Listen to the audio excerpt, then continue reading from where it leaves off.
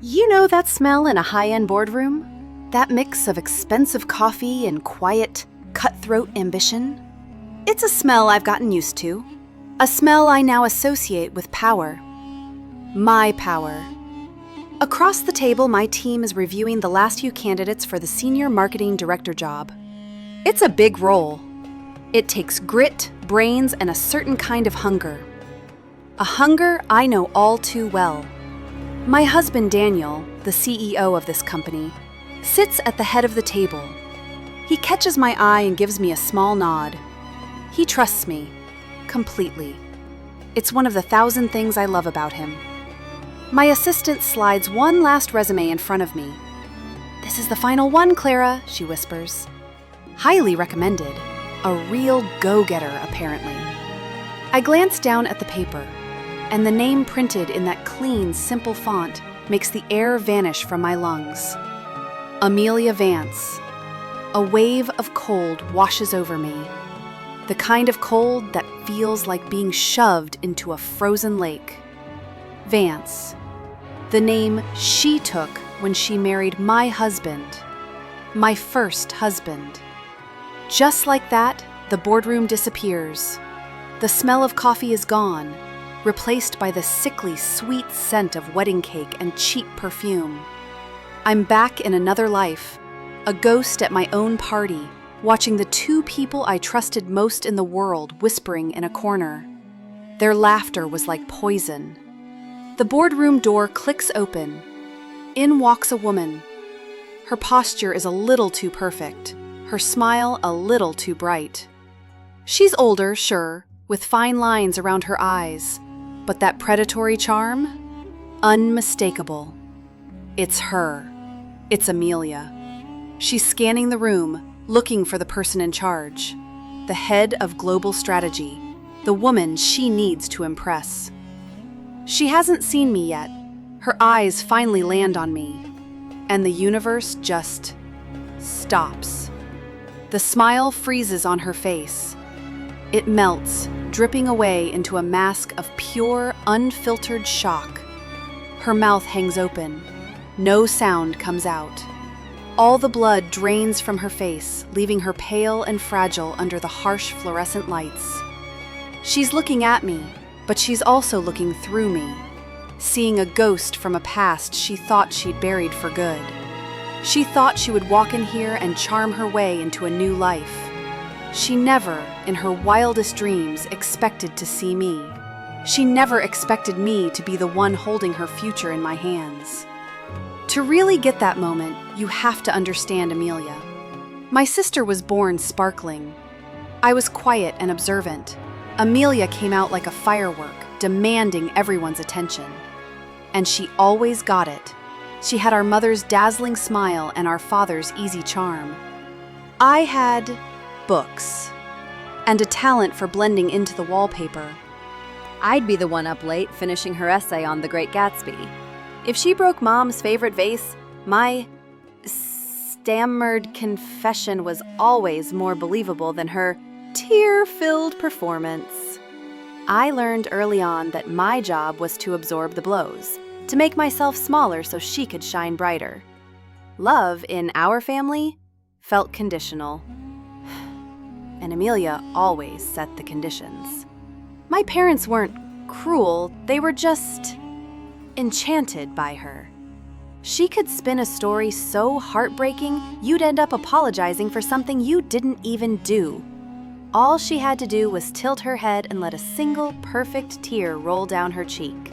Me? I was the sensible one, the responsible one. Those weren't compliments. They were labels that put me in a box, defining my worth by how useful I was. I was the safety net. And you only notice a safety net when someone is falling. This whole dynamic followed us into adulthood. I went to a local college, staying close to home to help with our mom's health. I chose a practical degree, a stable career path. Amelia, of course, went to a big-name university out of state, funded by a huge loan our parents took out. A sacrifice they never would have made for me. Then, I met Liam, and it felt like the first thing that was ever truly mine. He was a junior architect, kind, steady, with a smile that actually saw me. He wasn't looking past me to see who was standing behind me. He loved me. Our courtship was simple and real. He proposed on a rainy Tuesday in our tiny apartment, and I felt a kind of peace I'd never known. Then, Amelia came home. She walked in after graduation like a conquering hero. The moment she met Liam, I saw it. A flicker in her eyes. The same flicker she'd get as a kid whenever I got a toy she wanted. It was a look that said, "How can I make this mine?" "Oh, Clara, he's wonderful!" she gushed, hugging me. But over my shoulder, I saw her watching his car drive away with a look of pure greed. She started worming her way into our lives with surgical precision. It was small things at first. "Liam, you're an architect! You have to see this new gallery. Clara hates that stuffy art scene." I didn't hate it. Soon it was inside jokes I wasn't in on, shared looks across the dinner table, a hand on his arm that lingered just a second too long. Liam, who had only ever known my quiet love, was completely dazzled. Amelia was a supernova. I was a distant star. He was flattered by her attention. She'd text him articles, praise his work with breathless admiration, and call it sisterly affection. I was being gaslit in my own life. When I tried to say I was uncomfortable, I was the one who was jealous. My own personality was used against me. I was supposed to be the quiet peacemaker. So my discomfort was a problem. I started to question my own sanity. Was I paranoid? Was I the bad guy here? The wedding planning was a nightmare. Every choice I made, Amelia had a better idea. My simple dress was a little plain. The garden ceremony I wanted was a bit boring. I felt like a guest at my own wedding. The day I married Liam, Amelia was my maid of honor. She gave a speech that brought the house down, all about her deep admiration for me and her joy that I'd found a man like Liam. She cried. Everyone was moved. But when she raised her glass to toast us, she only looked at him. And I knew right then that I hadn't just married a husband. I'd entered into a marriage with my sister, too. I just didn't realize I was the third wheel.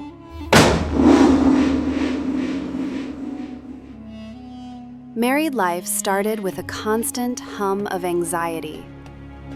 Amelia was always there. She had a key to our apartment, a gift from Liam for emergencies. The emergencies turned out to be running out of milk or feeling lonely on a Tuesday night. She'd pop in, and Liam would welcome her with open arms. Our home, my sanctuary, became her stage. The manipulation got worse. They'd go for runs together because Liam needed a motivator. I wasn't a runner. They got into some niche band and went to concerts because I hated loud music. I didn't. Every time I was left out, it was somehow my fault.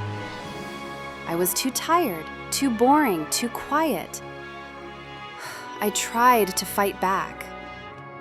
I'd plan a romantic dinner, and Amelia would have a crisis Liam had to rush off to solve. I'd buy theater tickets, and he'd say, "Oh, Amelia would love this, let's invite her." If I said no, I was being selfish. The isolation was a slow, creeping poison. I felt like I was going crazy.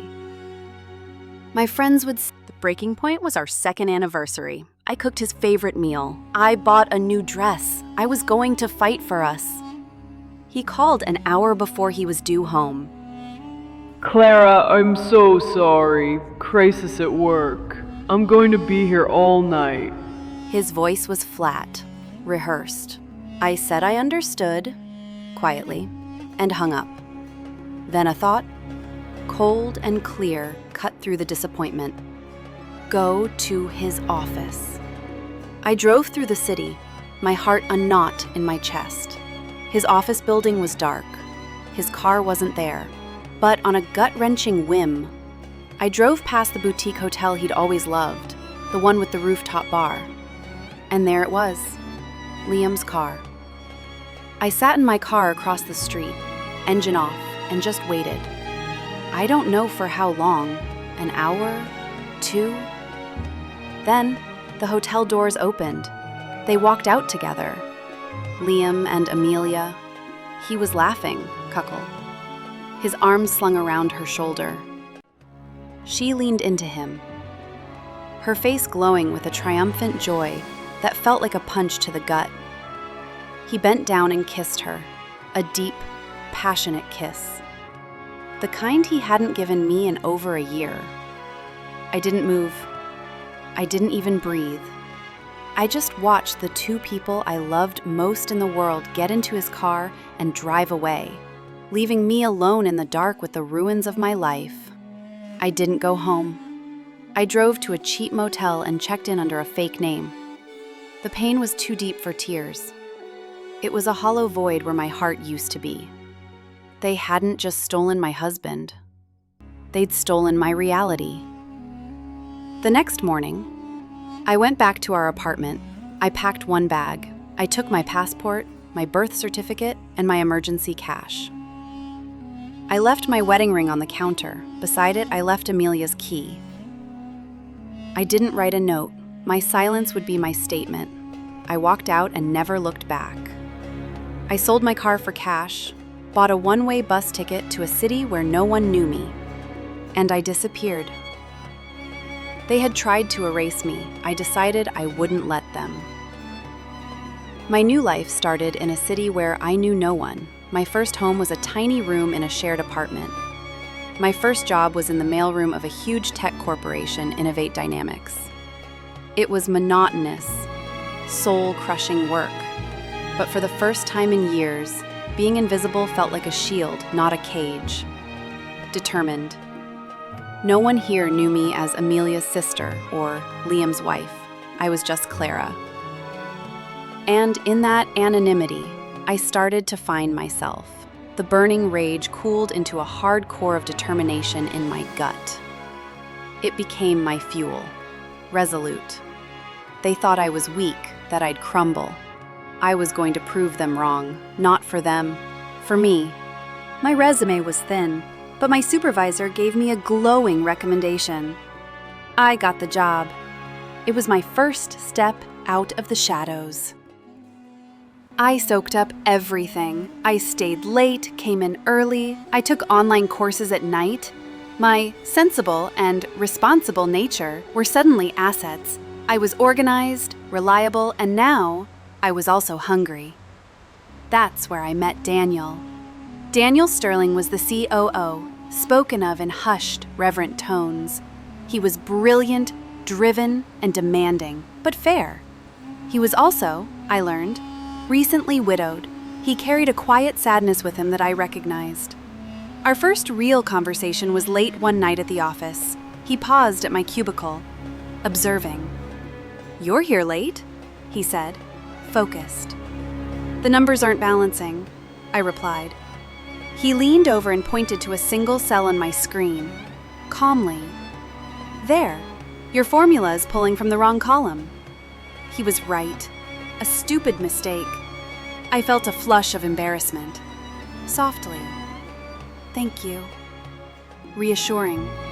"Don't be embarrassed," he said, as if he could read my mind. "Sometimes you just need a fresh pair of eyes."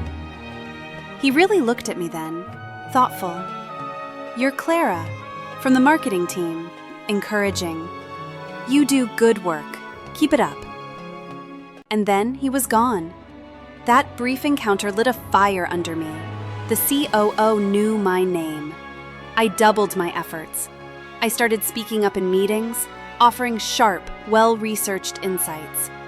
I climbed the ladder, admin assistant, to marketing coordinator, to junior brand manager. Daniel and I began to work more closely. He respected my mind and my work ethic. Our relationship was built on professional respect, which slowly, carefully, blossomed into something more. He invited me to coffee. We talked about work, and then our lives. I told him a short version of my story, that I'd come from a difficult marriage and needed to start over. He didn't press for details. He just listened. Our love story wasn't a whirlwind. It was a slow construction of trust. With Daniel, I felt safe. I felt valued for my mind and my strength. He saw the steel in me that my family had always overlooked. 2 years after we first met, he proposed. We were walking along the Seine in Paris. He just turned to me and said, sincerely, "Clara, I can't imagine my life without you in it. Will you marry me?" Tears of pure relief streamed down my face. I was finally home. We got married a few months later. A year after that, Daniel was promoted to CEO. He insisted I take on a bigger role, not because I was his wife, but because I had earned it. I became the head of global strategy. My life was unrecognizable. The silence in the room is deafening. Amelia is frozen, her face a mess of disbelief and dawning horror. The confident persona is gone, replaced by the panicked girl I remember from childhood. Her eyes dart from me to Daniel, then back to me, trying to make sense of an impossible reality. I let her resume fall to the table. The sound is shockingly loud. I lean forward, clasp my hands, and give her a small, cool smile. It's a smile that holds all the power. "Amelia," I say, my voice perfectly even, "what a surprise. Please, have a seat." The sound of my voice seems to jolt her. She moves stiffly to the chair across from me, clutching her handbag like a shield. I let her stew in the silence for another moment. Then I begin the interview. "So," I say, my tone light and professional, "your resume is interesting. It says here you have experience in brand revitalization. Tell me about your work at Sterling and Finch." The name of Liam's old firm hangs in the air. She flinches. Yes, she stammers. "I led the rebranding effort after the merger." "I see," I say, tapping a pen on my notepad, probing. "And how did that turn out?" I confess I haven't followed the firm's progress. The barb hits its mark. "It was challenging," she admits. "The market was difficult. The firm struggled." "Struggled?" I raise an eyebrow. That's a delicate way of putting it. My understanding is that Sterling and Finch filed for bankruptcy 18 months ago, and that your pointed husband, Liam Vance, lost his architect's license. Is that correct? Every head at the table whips towards her. Amelia's face is blotchy and red. She's cornered. "Those were baseless accusations," she whispers. "I can imagine," I say, my voice flat, empty of all sympathy.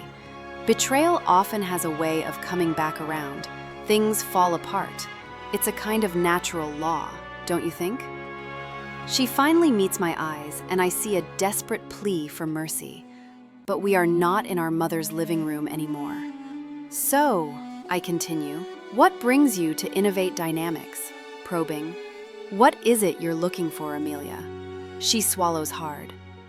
"A chance," she says, her voice barely audible. "A chance to start over." "Oh, I know how dedicated you can be," I say, letting the words hang in the air. "When you want something, you are incredibly focused. Relentless. You're not afraid to do whatever it takes to get it." A single, genuine tear of humiliation rolls down her cheek. She looks around the table and her eyes land on Daniel. A last-ditch effort. Mr. Daniel doesn't even look at her. His eyes are on me. "Ms. Vance," he says, his voice calm and authoritative. "Clara is the head of global strategy. She is running this interview. I'm only here as an observer." He pauses, then adds, with surgical precision, deliberately, And as for any misunderstandings, I can assure you, my wife and I have no misunderstandings whatsoever. We are in complete alignment on all matters, both professional and personal. My wife. The words slap her across the face. Her head snaps back to me. Her eyes go wide as she finally connects the dots. The company name, Daniel Sterling, the wedding ring on my finger. Your wife? She whispers. I give her another polite, empty smile. Yes, Daniel and I have been married for 5 years. I lean back in my chair. So, you came here today looking for a job from my husband, but you find yourself asking for one from me. The full, brutal irony of it all finally crashes down on her. She stole my life and left me with nothing. I rebuilt myself. And now, at her lowest point, she has unknowingly walked into my world, begging for a lifeline from the woman she destroyed. She just looks at me, her face a mess of tears and shattered pride. Clara, I'm sorry. It's the first time in my life I've ever heard her say those words. But they're 20 years too late, and they come from desperation, not remorse. They're worthless. I hold up a hand. We're not here to discuss the past, Amelia. We're here to discuss your suitability for this role. I pick up her resume again. And frankly, given your history of catastrophic financial mismanagement, I'm not sure you're the right fit. I let the paper drop. Thank you for your time. Chloe will see you out. For a long moment, Amelia doesn't move. She just sits there, completely broken. Finally, she pushes her chair back, stands on shaky legs, and gives me one last look. It's a look stripped of all arrogance, full of hollowed-out defeat. Then she turns and walks out of the room. The door clicks shut. My second-in-command clears his throat.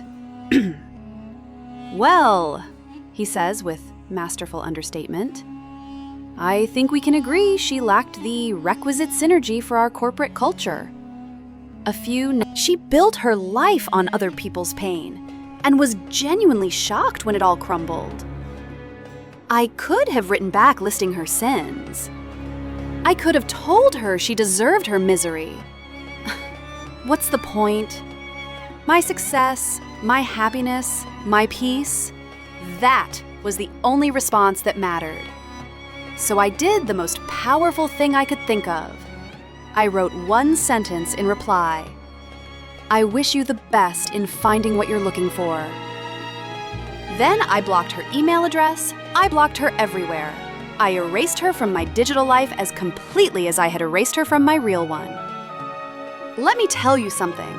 The sweetest revenge isn't watching your enemies suffer. That just ties you to them forever. The sweetest revenge is living a life so joyful and successful that they become an irrelevant footnote in your own story. They didn't destroy me. They freed me. They forced me to find a strength I never knew I had. They were just the catalyst. By trying to make me a side character in their drama, they pushed me to become the hero of my own epic tale. If this story resonated with you, if you've ever had to rebuild from the ashes, hit that like button. And let me know in the comments, what's the best revenge? Is it success or something else? Don't forget to subscribe for more stories about overcoming the impossible. Thank you for listening to my story. Remember, your past doesn't have to define your future. Sometimes the deepest betrayals lead to the greatest transformations. You have the power to rewrite your own narrative and find a happiness that is entirely, unapologetically your own.